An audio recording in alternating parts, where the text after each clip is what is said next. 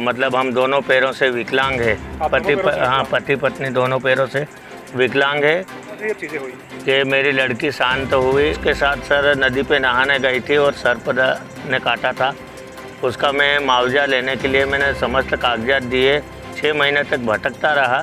6 महीने तक भटका जी, 6 महीने तक। और एसडीएम साहब को मालूम पड़ने के बाद एसडीएम साहब ने तत्काल कार्रवाई करके मुझे मुआवजा दिलाया गया। 4 दिन के अंदर पैसे मिल गए। फिर क्या करा आपने उस पैसे? मैंने छोरी का नुकता किया और मैं स्वयं का ऑटो खरीद के लाया हूँ।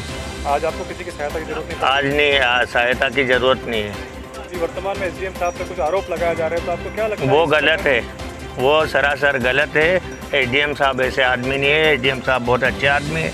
वो हर किसी की भलाई करते हैं और अनुकूल परिस्थितियों में मतलब सहयोग की बात करते हैं और अच्छे आदमी हैं। उसमें उनके द्वारा यह लिख दिया गया कि सांप को देखने से हृदय गति रुकने से बालिका की मृत्यु हुई है, जिससे यह स्पष्ट नहीं होता है कि सांप के काटे जाने द्वारा उसकी मृत्यु हुई है।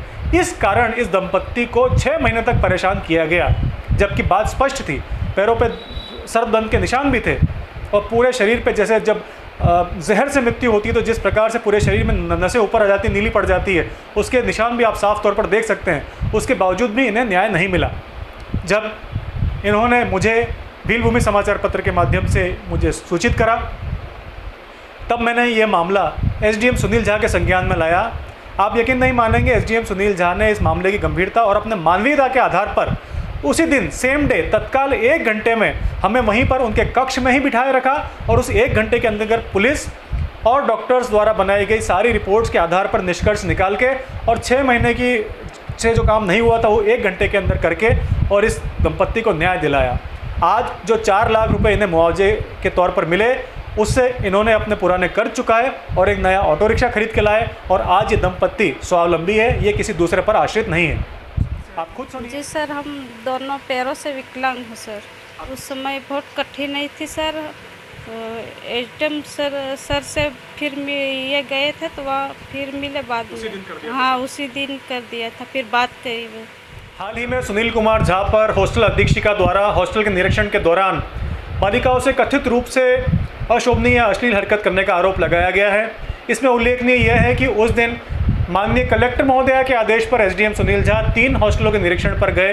पहले 2 हॉस्टलों में उन पर किसी भी प्रकार का कोई आक्षेप या आरोप नहीं लगाया गया।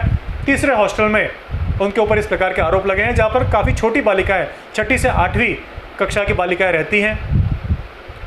मुख्य बात इसमें यह है कि जिस प्रकार की बातें कही जा रही है कि उनके द्वारा बालिकाओं से ये पूछा गया कि आप कौन सा तेल लगाती हैं, आपके पीरियड आते हैं नहीं, या आप कौन सा सैनिटरी पैड यूज़ करती हैं। इस मामले में जो संबंधित अथॉरिटीज़ हैं, उनका कहना है कि यदि कोई हॉस्टल निरीक्षक हॉस्टल में जाता है तो शासन द्वारा बालिकाओं को मिलने वाली जो सुविधाएं हैं उनका लाभ यदि या बालिकाओं को मिल रहा है या नहीं मिल रहा है, ये पूछना ही उस निरीक्षक का काम रहता है।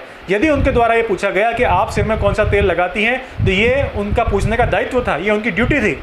यदि उन्हें बालिकाओं से पूछा है कि उनका पीरियड आता है नहीं या उनके द्वारा पैड लगाया जाता है नहीं, तो क्योंकि शासन की ओर से पैड संबंधी सुविधाएं और ये सारी चीज़ें गर्ल्स हॉस्टल में दी जाती है, तो ये वहाँ के इंस्पेक्टर का, वहाँ के निरीक्षक का ये दायित्व बनता है कि बालिकाओं से निष्पक्ष रूप से और स्पष्ट रूप से इन सभी बातों को पूछे।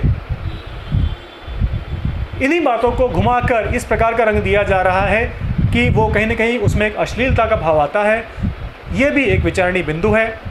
रविवार 9 तारीख के दिन ये इंस्पेक्शन हुआ था, हॉस्टल का निरीक्षण हुआ था। लगभग 1.5 दिन का समय बीत जाने के बाद क्यों संबंधित जो हॉस्टल द्वारा शिकायत की गई है उन्हें इस बात को लेकर आपत्ति हुई, जबकि सोमवार का पूरा दिन था जब इस पर आपत्ति दर्ज कराई जा सकी थी।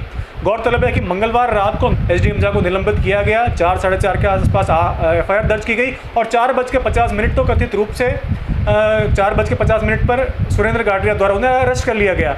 इतनी तीव्र गति से जो एक के बाद एक घटनाक्रम को अंजाम दिया गया, इससे स्पष्ट होता है कि कहीं ना कहीं एक आपराधिक षड्यंत्र भी इसके पीछे, उसकी संभावनाओं को खारिज नहीं किया जा सकता।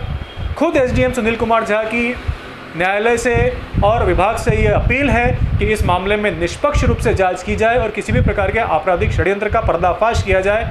यही अपील भीलभूमि समाचार पत्र भी करता है और समाज जनों को भी कहीं न कहीं निष्पक्षता और न्यायपूर्ण कार्रवाई की अपील करना चाहिए। जय हिंद, जय भारत।